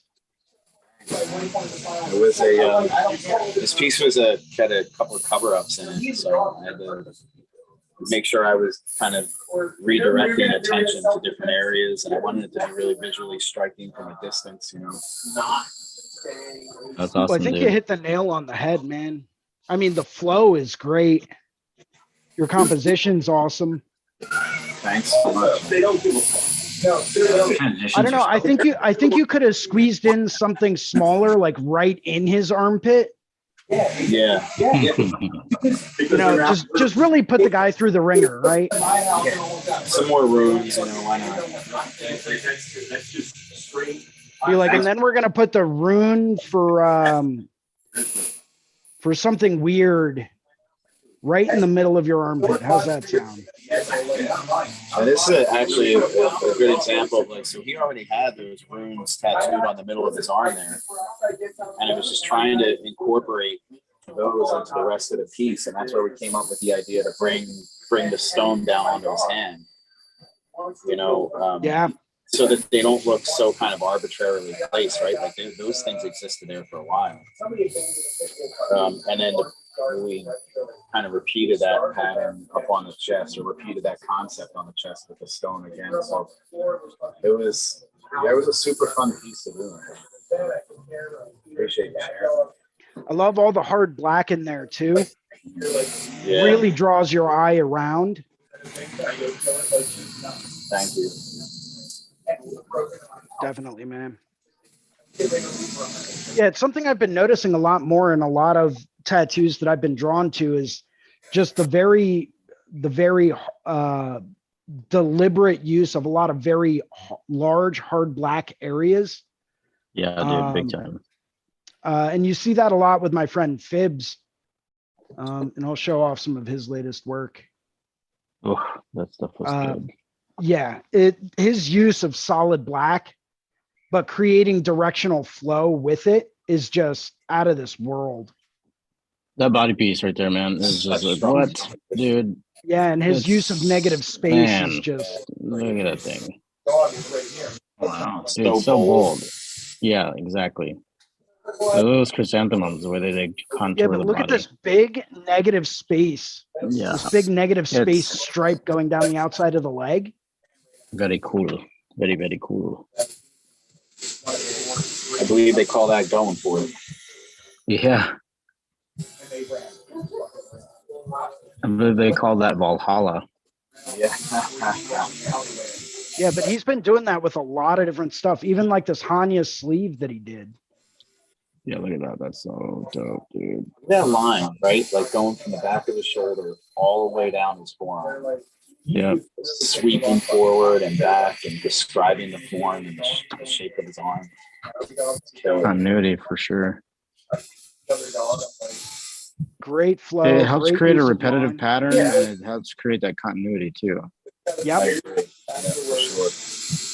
And it's not just like here's a pattern, boom, boom, boom. It's like it's interesting too.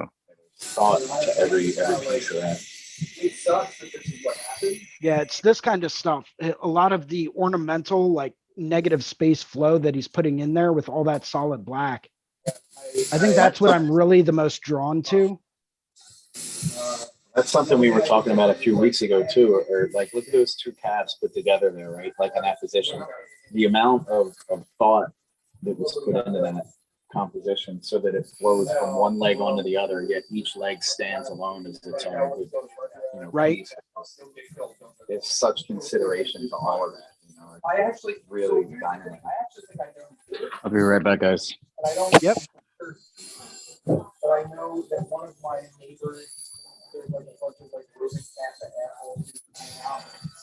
Yeah, absolutely. Where's Phibbs out of? Where's he from? Is he San Diego? He's working out of San Diego right now. Yeah. He's over at Guru Tattoo. Nice. Oh, Guru.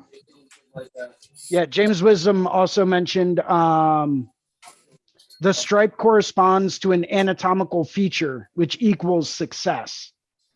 And he said Phibbs is bold, and he is bold. I've been tattooed by him a couple of times and love his work. You know, I'm very fortunate to have gotten to know him, you know, on that kind of a level. And great guy, very humble, very talented artist. But you're right, Seth. He puts a ton of thought into every single thing he does. You know, it doesn't matter if it's a shade, like a value that he's putting in, or if it's the use of a line, or maybe it's where he's placing some of those chrysanthemum petals. He's not doing that arbitrarily. He's got a thought process and a plan in motion and in mind for what that's going to achieve.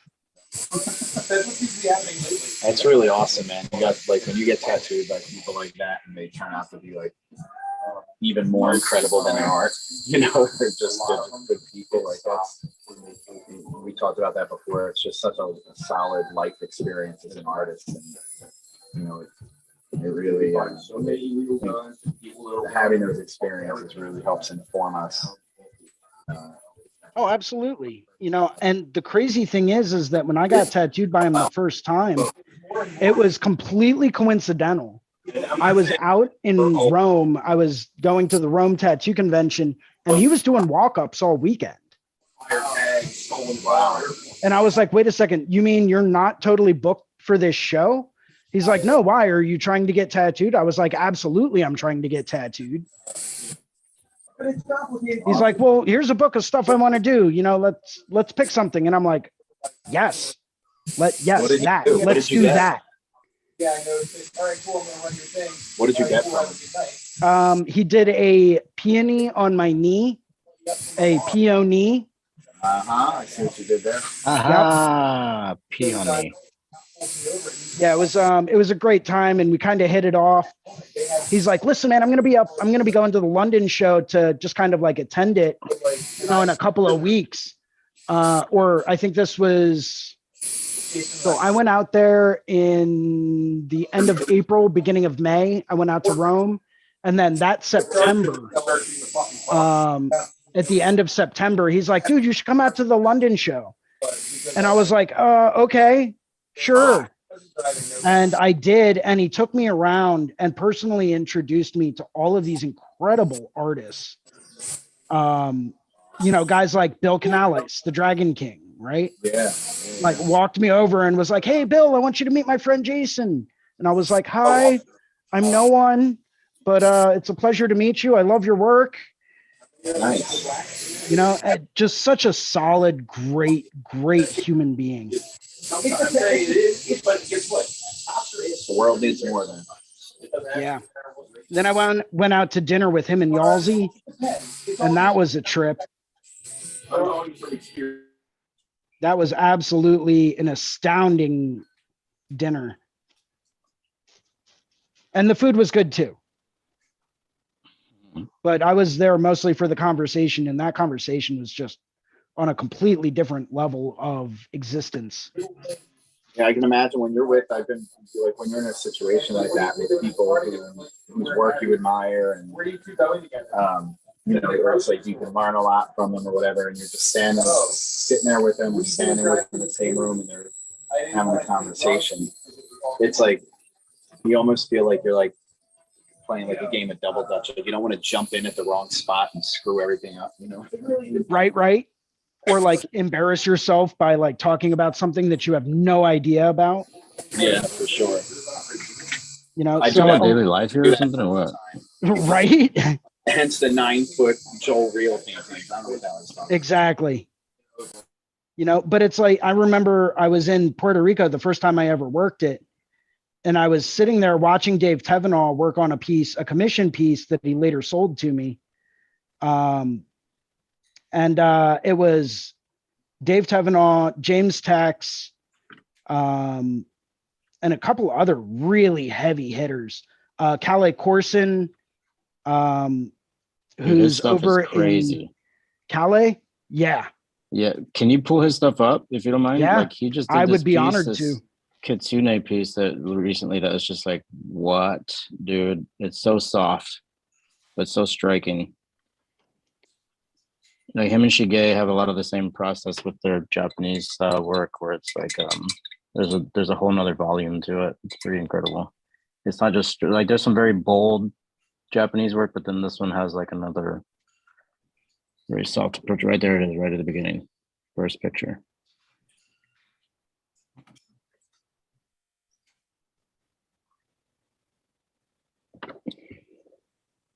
Yeah, look at that. Yeah, very, very soft. Very soft. That's I killer. love Dude. that transparency there too. Yeah. Like look at the detail. All right, that's sweet coming from the kimono on the top all the way down. Oh my god. Yeah. Yeah. Yeah. I'm so into like large shapes like that. Yeah, me too. And it's so simple. Yeah, but look at the You gradient. see it Look at right the away. gradient he's got in there. He goes straight Yep. from black behind those flowers all the way up Mhm. to this very soft light gray, creating that great transition.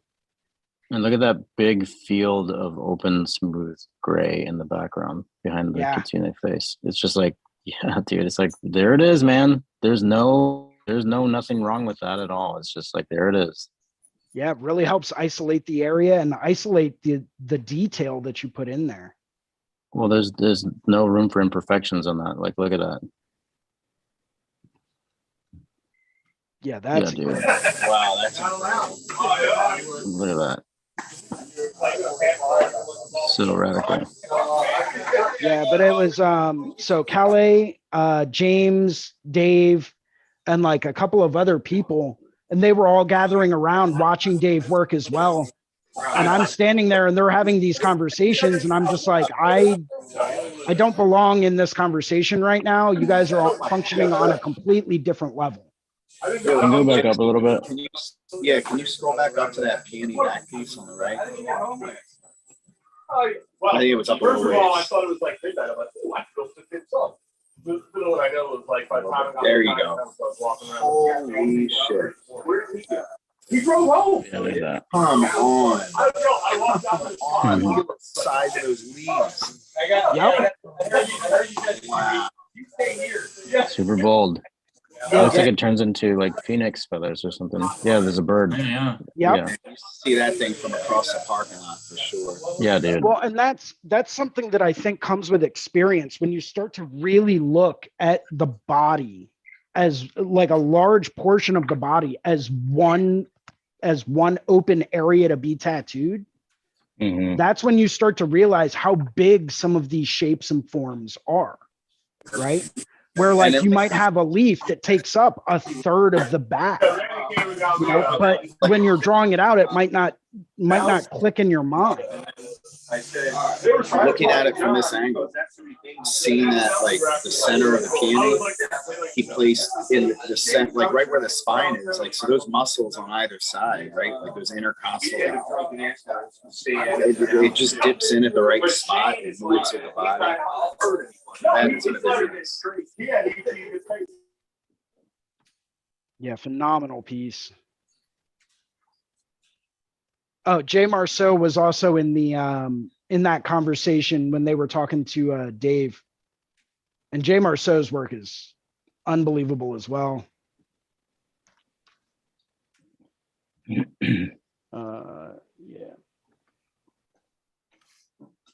Yeah, so imagine being surrounded by Jay Marceau, Calais Corson, James Tex, Phibbs, and Dave. Yeah, that's Like killer, man. Look at that. Yeah.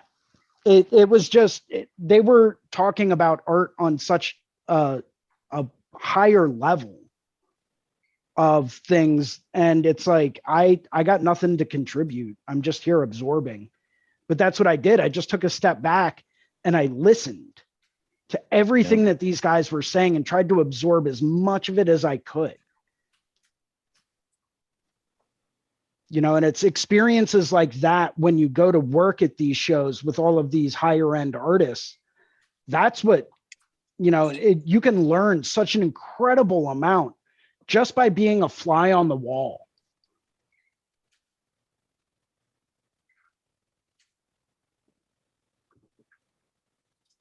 You know, I love Jay's composition, his color palettes.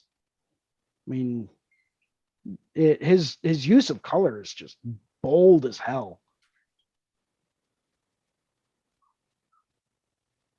You know, but then he does stuff like this, where he starts to incorporate a lot of negative space ornament.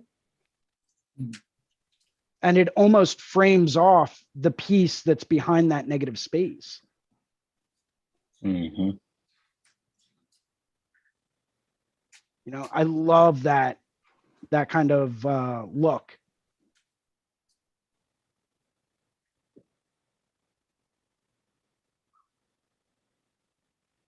Yeah, amazing. Absolutely love it.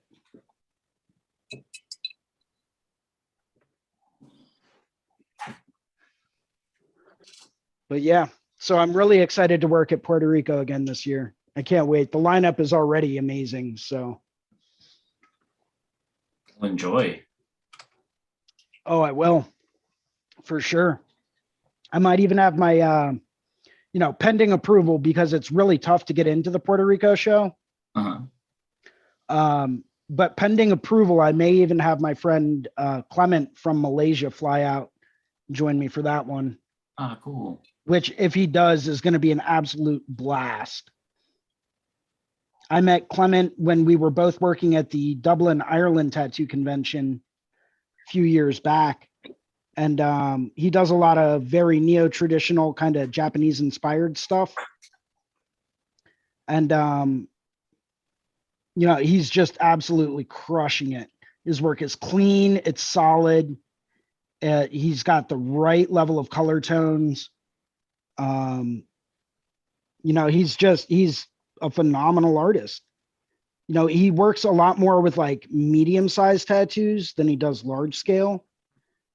But I think that's mostly because the area that he lives in, people aren't very akin to getting large scale work. You know, they like a lot of the smaller scale and medium-sized stuff. And if they do go for larger scale stuff, they always try to talk them down in price, apparently. So kind of stinks, but you know, there's not much you can do it. You gotta, if someone wants to get a piece by you, it's like, okay, well, I'm sorry, but you don't have the right budget for it. You know, as much as you may want to tattoo that on, you know, tattoo something on them for a discount just because it's going to be fun. At the end of the day, you're only shooting yourself in the foot. Russ would be proud to hear you say that. Yeah, he would. And that's actually someone that I picked that bit of advice up from. All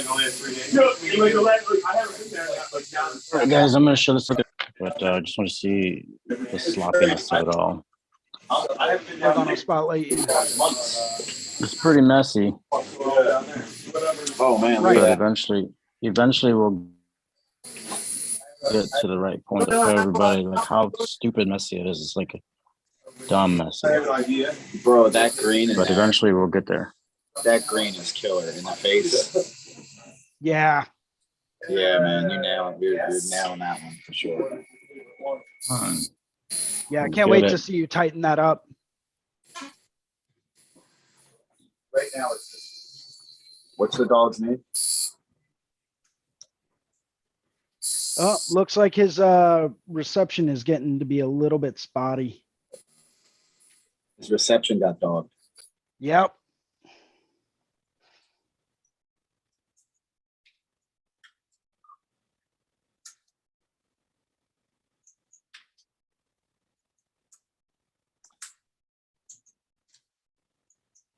Well, I don't know if Lauren and Gabe are going to be signing in today from Hell City, which is a shame. But maybe they'll be doing some live coverage a little bit later today. How long are you? I'll show you another one of the books real quick here. I'm sure most of us have this book, but it's kind of tough to find. So if anybody out there comes across it, I highly recommend it. It's You Call This Art. It's Greg Iron's book. Oh, yeah, bud. This one is filled with all kinds of like little, it's got these drawings, but you can find pieces of things that you can use for tattoos on little parts of his drawings here and there that can be applied to other things on a larger scale. It's fantastic. There's some pictures, some drawings in here you can't really show. But it's all really, really good stuff. And there's a fantastic story in there about Greg. And this is one of my favorite books of all time. Absolutely, man. Yeah, that's a tough find. That's actually a really, that's a pretty valuable book you're holding there, bud. Yeah, for sure. I mean, number one, they don't sell them anymore. Number two, finding collectors actually willing to part with them is pretty tricky. If you can find them, get them, for sure. I mean, I guess you never know what you're going to come across on Amazon, but True. don't Very pass true. that opportunity up if you're a tattoo. Or if you're in a shop and you see that somebody has it, definitely pick it up and read through it a little bit. Yeah, I'm not saying steal it from them, but if it goes missing. No, I'm just kidding. You don't do that. Not especially not to your coworkers. Yeah, that's just asking for bad karma. Yeah, for sure. But anybody willing to want to read it, I would absolutely be like, oh, here, check it out. Yeah, I've done that for friends of mine before where it's like, oh, you gotta, I don't know if you guys can find a copy of this or not, but if you get the chance, there's a little excerpt in this. You know what? Screw it. I'll scan the little excerpt and I'll just email it to you guys. And so I've done that for a couple of friends before, just so that they can understand where I'm coming from with some things. And then we were supposed to be on the show, and I was like, okay, that works. I just never I can take my dog howl on. I gotta do it. You have to howl on. I just go. Really? It's like she would. Yeah, I'm actually also pretty excited. I signed up for the Resurrection Island Tattoo Convention out in West Virginia, in the Ohio Valley. So that should be a fun one this year. If she can accommodate it, she'll do it. Working alongside Jeremy Brown and a couple of other really awesome tattooers. Nice. No, just in general. No. Later? No. The great ones to do is meet one of those it's sold out. It's like our pizza. I think that's I don't know if Eric has them before. I think it's had 4 guys. Yeah, I'm actually I'm kind of anticipating getting the email from Hell City for next year so that I can start going through and planning that out. Nice. But I don't know anyone. I don't know anyone anywhere anymore. No, I try to plan in advance as much as I can with shows and conventions You know what? because it's less I have to worry about later on. You No, because I'm a big like planning person. If it's a show and someone wants me to work at it with them and it's like closer than 2 months away, it's like, I'm sorry, I don't have enough time to plan for that.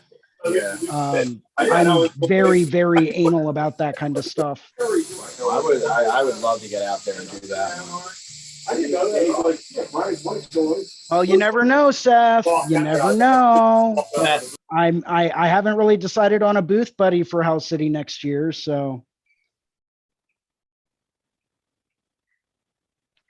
you never know what can happen. I'll be your guy, friend. I like it so much. Also. Yeah, I won't. I was talking to my friend Tim, who's another tattooer and studio owner, and I was asking him about Hell City. I was like, "Oh, have you ever worked at it? You know, what's it like? What's the vibe there?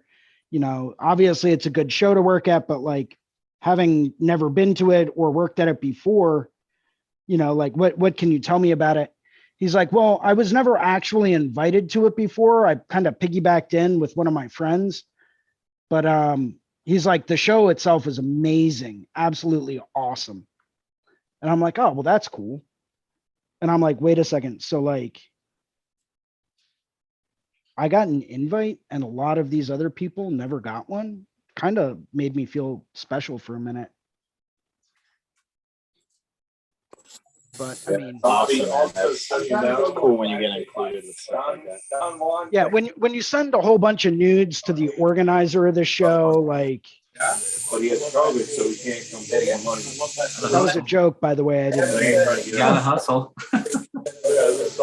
I mean, if that's what I got to do, that's what I got to do. But you know, Yeah, you know. I don't care. There's probably already pictures of me out there on the interweb somewhere.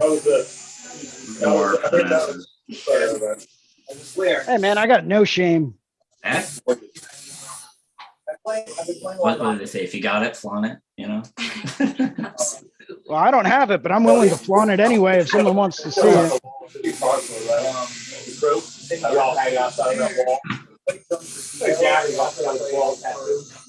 Yeah, James made a comment and said, "I missed my chance to see Hell City, that is. I was in the hospital, but it's all good in this neighborhood." James, there's always next year, bud. There's always next year. And if you stick with the Reinventing crew, who knows? Maybe you'll end up in the Reinventing booth next year. I'm just barely missing Hell City and Phoenix. Me and the wife are moving down to Tucson, and we're driving down right after on the 29th. Oh man. There it is. So Yeah, literally like right after it. Yeah. I've tried to bug her, be like, maybe we should move down early, but I don't think it's gonna happen. So It's all in due time, man. All in due time. Sometimes things just aren't meant to happen when you think they're meant to happen. You know, and you just got to kind of chalk it up to it is what it is. You gotta roll with it. Yep. Yeah, and I was like, you know what? The music is not that good, and the fans kind of Definitely next year I will be there for sure. Yeah, likewise. people are still upset. Yeah, like next year on my my list is both Hell Cities, Puerto Rico again, because that's a show that I want to continue to work at. She's so nice. I would like to do, if they have the Deadly Convention again up in Calgary, I'd like to see if I can get into that one. I can't imagine do that again. That show is going to be a wild success. Oh yeah, without question, man, without question. I know. You know, I'm hoping they get the level of attendance they need in order to do it again. I don't see a reason why they won't with the lineup that they have. But you know, it's like, I mean, you're talking you never about, really know. they're all like, they're tattooers for tattooers. Yeah, exactly. That's why I definitely want to go. stuck the whole time. Yeah, that's good. I like Well, I'm it. going this year just to kind of check it out and, get tattooed while I'm there. So Just the people that are attending are going to be pretty influential, I'm sure. Very talented in the way of like artists. oh yeah. Yeah, I mean, you've got it's being hosted by James Tex, and then you've got people like Teresa Sharp that are going to be working at it. That's also the wrong answer. So there's no doubt in my mind that it's going to be well worth just going up there just to attend it. I don't care. But if I have the opportunity to get tattooed at it next year, I'll probably save my ducats and get tattooed at it again next year. I'm also planning on doing Philly again next year because that's my home show. I might do Baltimore next year. Kind of up in the air about that. I've done it before and it was always a great time. I'd like to get on and maybe do that one up in New England, Connecticut. What is it? The Art Expo, New England Art Expo. Oh, the New England Art Expo. Yeah, the one at Mohegan Sun. Yeah, I've heard good things about that one. That one's put on by Starbright, right? Or Tommy's Tattoo Supply. Yeah, Tommy's. Yeah. Which they're good people. So it's a good show. Yeah, here's a story I want to tell you from last night. I don't know if you know. We're standing there, hanging out talking, and this guy comes up and starts talking to us. And he's like, you ever hear of Sam Black's Church? Yeah. Yeah, so I've got quite a few shows I want to do next year. We'll see which ones end up taking priority and how I do. It should be a good time regardless, though. I always end up, and I'm a big person when it comes down to this. If anyone out there who's still early in their career is trying to work at shows, do not ever sign up for a show. Do not ever work at a show, ever, that you cannot afford to take a total loss on. Don't do it. You are doing yourself a disservice. You will end up taking a total loss, and then you're going to be absolutely out of money, and that's not good. Yeah, for sure. You don't go to the table if you can't afford to lose. Exactly. I mean, you be confident and know that you're going to do well, but there's definitely don't strap yourself. You'll just be stressed out the whole time. Don't enjoy it. He's like, oh my God, I remember that. Yeah, you want to be able to sit back and enjoy it and really try to focus on doing the tattoos that you want to do. And that's something I didn't learn until doing Philly for like 7 or 8 years. I was focused on making my money back and doing whatever anyone wanted. And nowadays it's like, yeah, sorry, but that dream catcher on your foot, sorry, but I'm going to have to pass on that. I'm sure if you ask a couple other people in the row, someone will be more than happy to do it, but Someone will bite. That's good to say. Wait, who? That guy Ken. What was that venue in New York? Which one? I never went. Well, Webster Hall, CLA side. I never went to shows in New York back then. But yeah, probably going to be signing off here in just a few minutes. And he's like, I still have the poster. I forget what venue he said, but it's one of them. See if I can actually sit down and crank out some more of this painting and try to finish up at least this upper portion of gray wash that I still have left to do before I really start to get into the value contrast. But once that filigree is done, man, everything else is going to go pretty quick. So pretty excited to see how everything unfolds.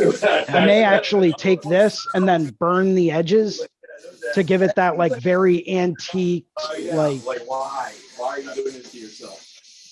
Like very kind of aged look. Right? James, Carolina Ann Evans said, Mohegan Sun Convention is great. And James Wisdom said, I want to go to the Puerto Rico Tattoo Convention. James, they do have open listings right now. if you send an email to info@prtattooconvention.com, they'll put you down on the list. They'll, send them your Instagram and all that stuff so they can look at your work. And then, I know that they're still booking booths right now. So it is open invitation. You're not guaranteed a booth, but if you go through and you submit your portfolio, you may actually end up with a booth, and you may end up going to work there. So The nap you're gonna take is gonna be awesome. let's go through, and we'll start out with Seth. Well, go ahead, Seth. I'll spotlight you. Go ahead and give us a quick sign off. Right on, man. My name is Seth Mushrush. You can follow me on Instagram. Full name Seth Mushrush. Last name Mushrush. Spelled just how it sounds. I have a website, Seth Mushrush Art. I have paintings and stuff up there, and as well as tattoos. And anybody looking to book an appointment with me or any questions or anything like that can hit me up at mushrushyart@gmail.com. I'm working in Philly at Baker Street Tattoo and in Massachusetts at the Gallery Tattoo Studio in Concord. Thanks for having me, Jason. Super fun, man. I'll see you guys later. All right, man. Take care. And Kyle, we'll go to you next. My name's Kyle Olson. I currently tattoo out of WGF Tattoo in Idaho Falls. I will be moving down to Tucson in September. I'll be tattooing out of State of Art Tattoo. So if you're in the area, hit me up on Instagram. My Instagram name is Olson_tattoos. And you can just message me there. I think my email's on there as well. And then, appreciate everybody's time. Excellent. Thank you very much. Thanks for jumping in today. Really appreciate it. Definitely. And where did my video go? Oh no. 1 second, folks. Let's do this.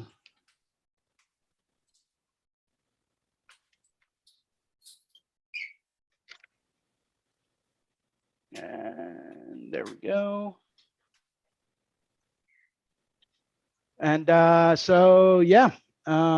me go through, and I will. No, I'm good. Cool. Awesome. Thanks for joining in, everyone. As always, if you like the content that you saw today, feel free to go through, recommend us out to all of your other friends that love tattoos. We'll be happy to maybe even have you guys on. Please make sure to hit that like and subscribe button. It's basically telling us that we're doing a good job. So thank you very much, everyone, for tuning in today. Make sure to keep those hands busy, keep those brushes moving, keep those hands tattooing. And thank you very much for jumping in and listening to us today. Hope everyone has a great day, and cheers.